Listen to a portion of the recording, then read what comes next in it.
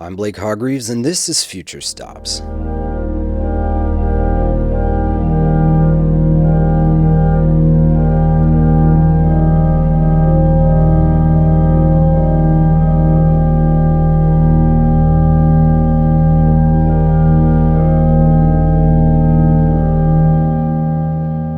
The music you're hearing is Kara-Lis Coverdale, performing on the organ at Montreal's Church of the Holy Name of Jesus in 2019. Coverdale is a seasoned church organist who, as a teen, was working at churches all over Southern Ontario before finding her own voice as a composer and improviser. Today on FutureStops, we explore the work of Kara-Lis Coverdale and the path that led her from playing the organ in Sunday service to the world of experimental music and modern composition. Like many Canadian journeys, hers starts as part of a tightly knit immigrant community. I was going to church at a very young age because I was a member of the Hamilton Estonian Society. And I think from age 5 or so, I was doing Estonian school in Hamilton in the basement of the church. And we would often have performances and our shows of the year connected to church service. So we would often sing or perform in the church as well. And so I grew up singing and kind of aware of the church tradition. And when I was 13, I was performing piano often in the church as a soloist because I started piano when I was 5. And so I was already performing at that time. And the organist was looking to kind of get some time off, more or less. And she asked me if I would like to learn and take over. And I said, sure. I mean, I wanted another job as well. And so I started learning the liturgy and learning the craft at 13. And that was kind of my experience. I mean, I just kind of like went full in. It was a lot to learn initially, but improvisation is so integral to the entire church service. I don't think you can do it unless you can, because there just needs to be so much. There's so much change in the calendar and in the requirements of any given service. To make it work properly, you need to be like adapting all the time. It requires like hyper presence in like a musical translation sense. Every interval seems to have some sort of poetic weight.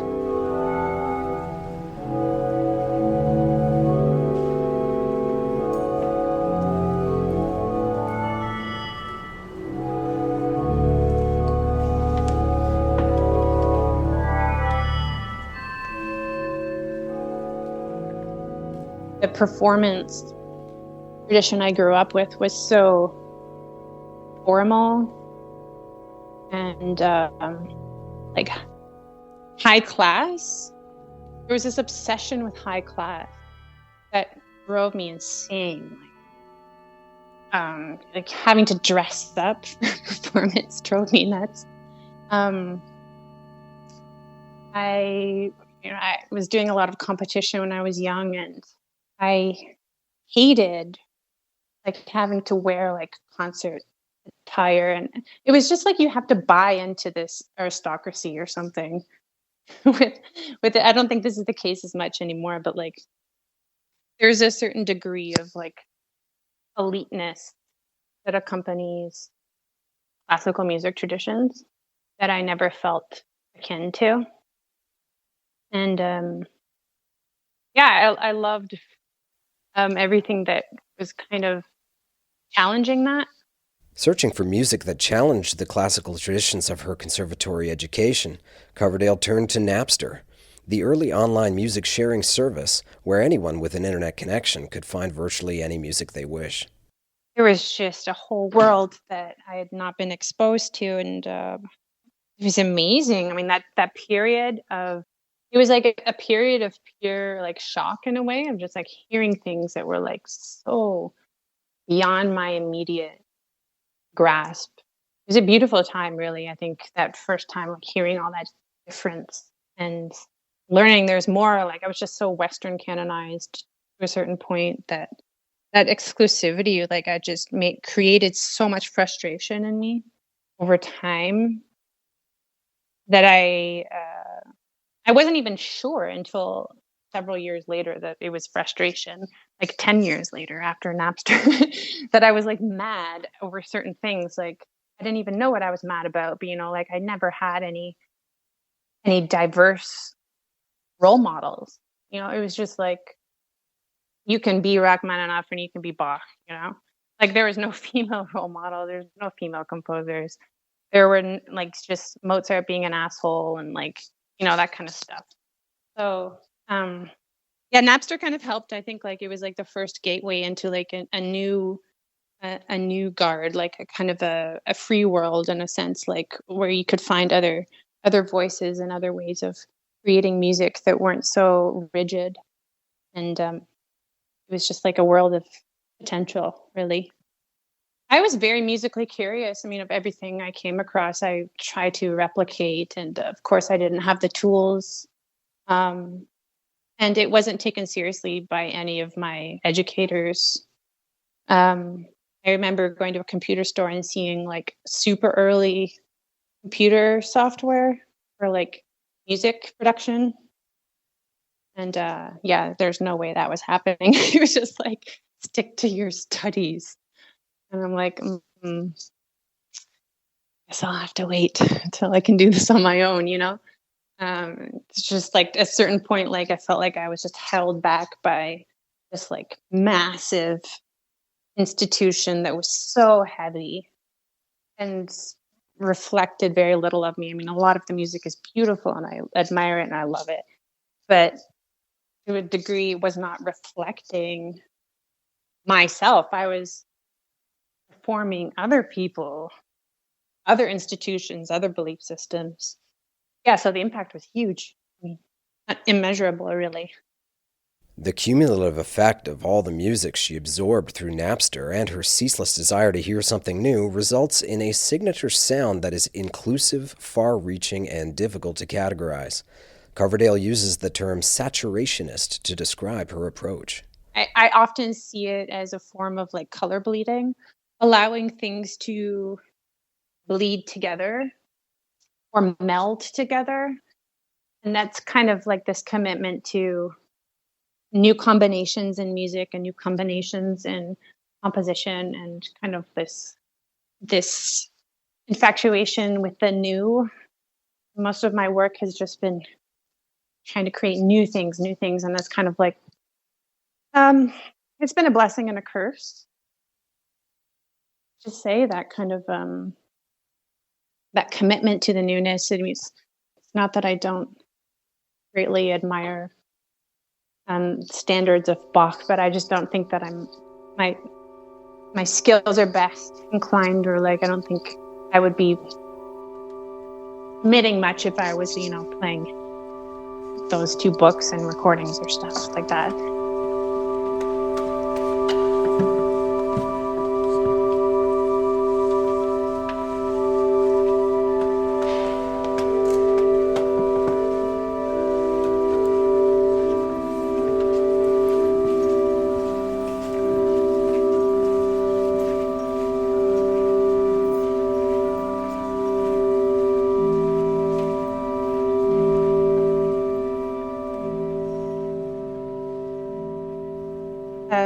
I think of saturationism as this kind of like a tool that allows me to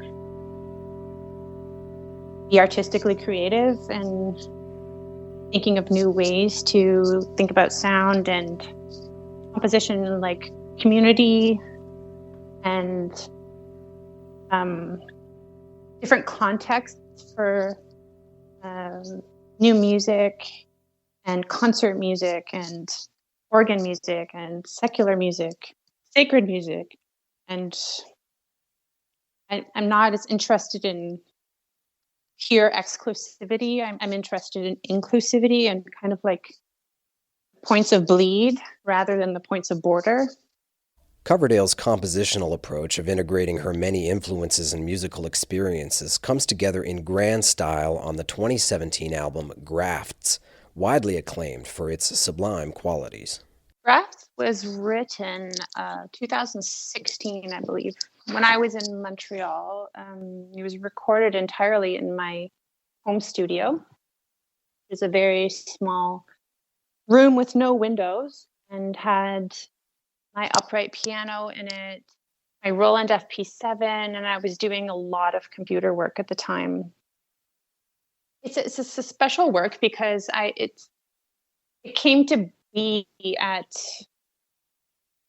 very artistically, in the sense that it was something I lived through in terms of narrative and in terms of the actual essence of the piece, and that it's very personal and was kind of a resolution in my own life.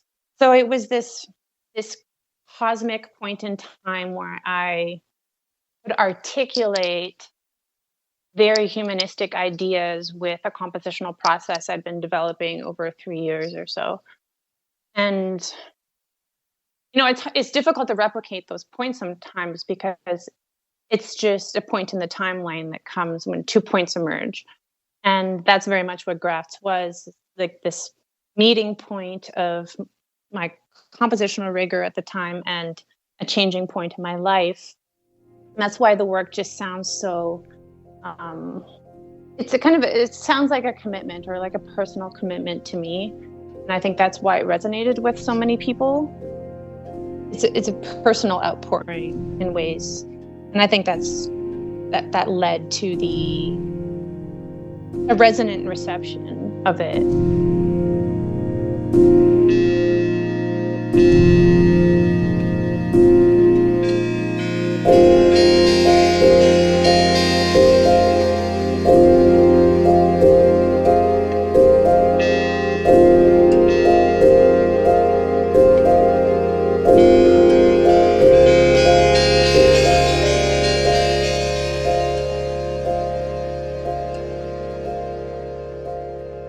Where I think of this type of work, and that like I'm adding things all the time and then mixing up the pile and then like taking them out, and then I add things and then I mix up the pile and take it out, like in terms of processing, but also in terms of adding to it. And that's what the computer lends itself very well to as well, or lends itself very well to, is this like constant kind of like a revision over time.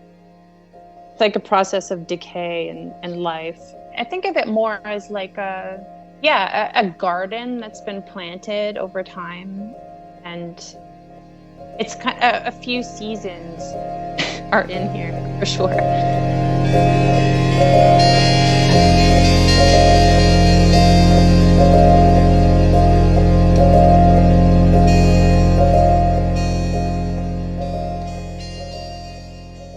I mean, it can happen in various ways. You can begin with, say, a melody, and you record it into your program. Then you have a file that you can then work from in myriad ways. The possibilities are endless, but usually I'll drag it into another program, or I like to shelve and really split sounds into half and then marry them with others. And the scrubs that I create, I call them scrubs, it creates these kind of hybrid sounds, which is how I came up with the title Grafts as well. This idea of when you're grafting a rose, you can like hybridize things. And this process of it's kind of like bioorganic thinking, but digitally speaking, so you can entirely change the character of one thing by breeding it with another. Not necessarily breeding, but like grafting, like you're literally just slicing a piece off of a limb and then putting another limb onto it and then tying it up, and it grows off, like fruit trees do this. And I found that to be the most adequate metaphor for what I was doing with files and the processing procedure I was using. So it all kind of worked together in that garden sense. I mean, I did a lot of landscaping when I was a teenager as well. So I kind of have this garden mind that follows me everywhere I go.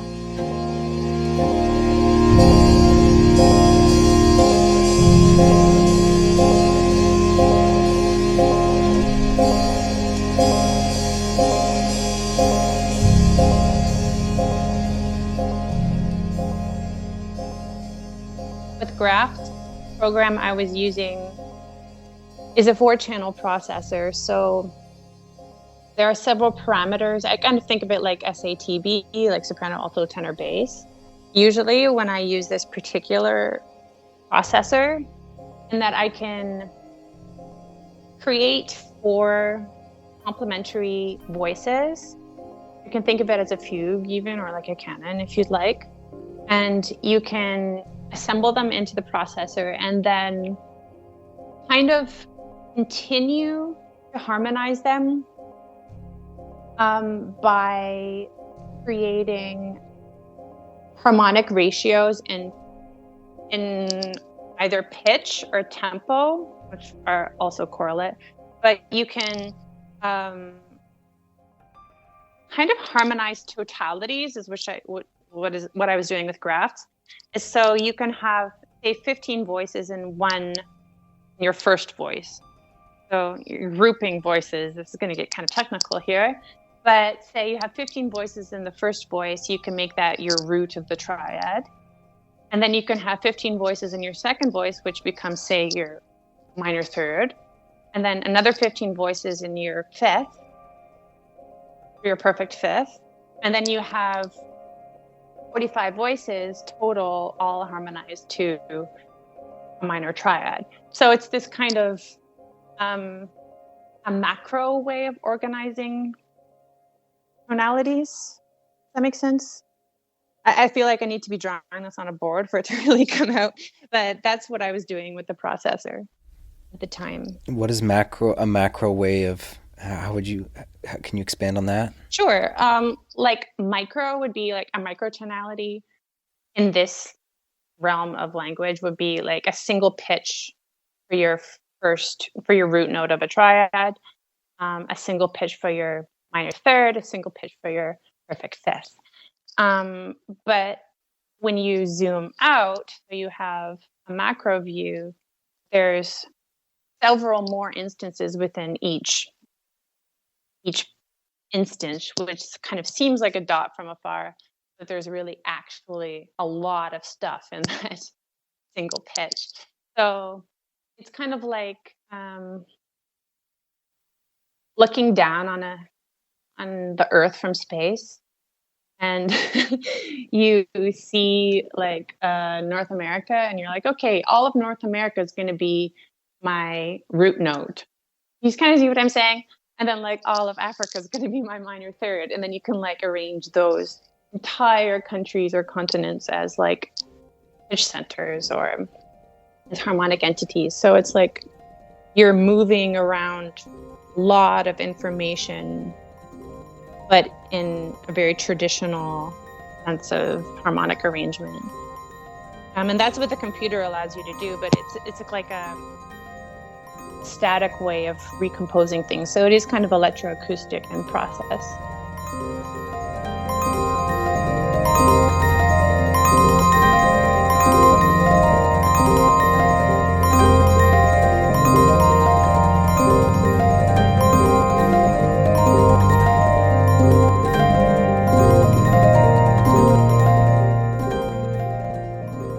I guess I often think about organ as like a live score.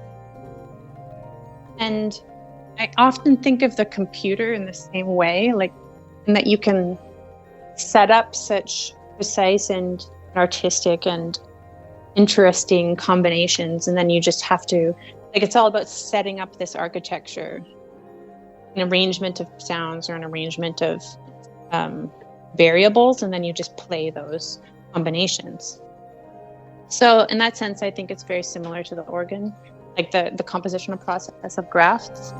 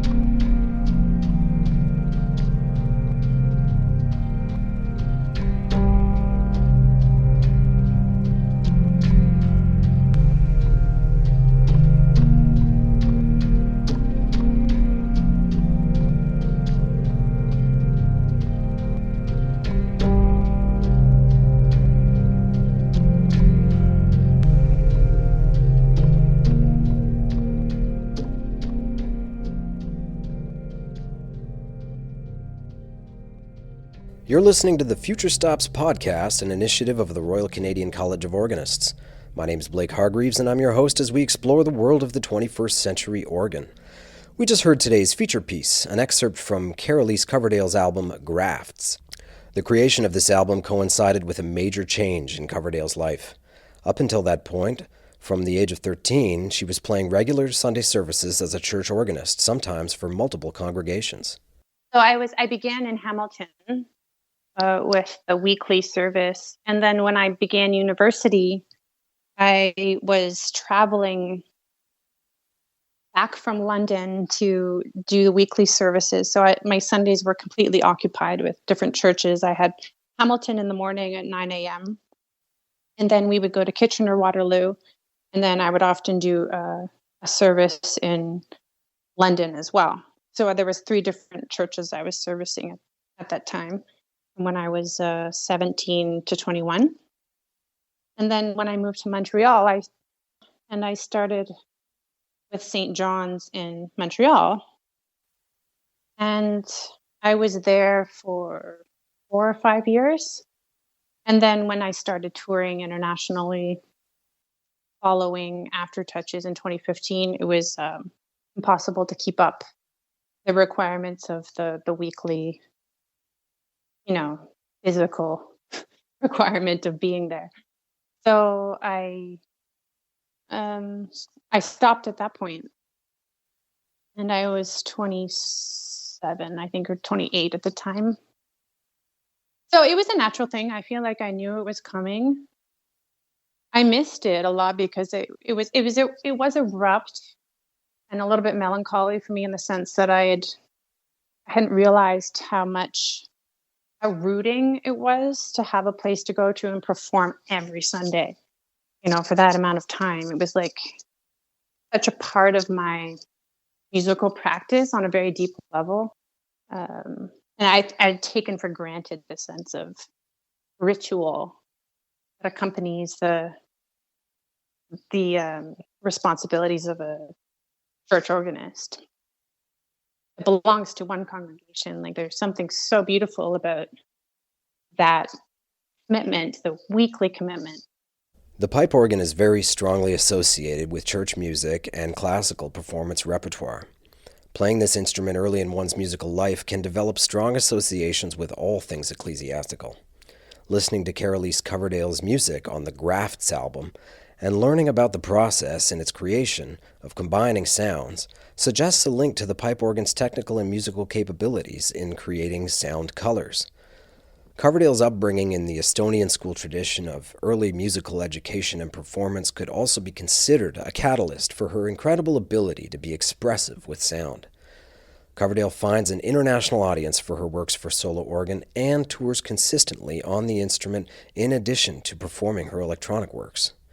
We'd like to thank Kara-Lis Coverdale for joining us today. We'll be on the lookout for her next performances when that's possible, and share any upcoming concerts on our Facebook and Instagram, which you should follow if you don't already. And don't forget to subscribe to FutureStops so you never miss an episode. FutureStops is a podcast from the Royal Canadian College of Organists, produced by Andrew O'Connor with Haley Raymond as community manager and executive producer Elizabeth Shannon. I'm your host, Blake Hargreaves.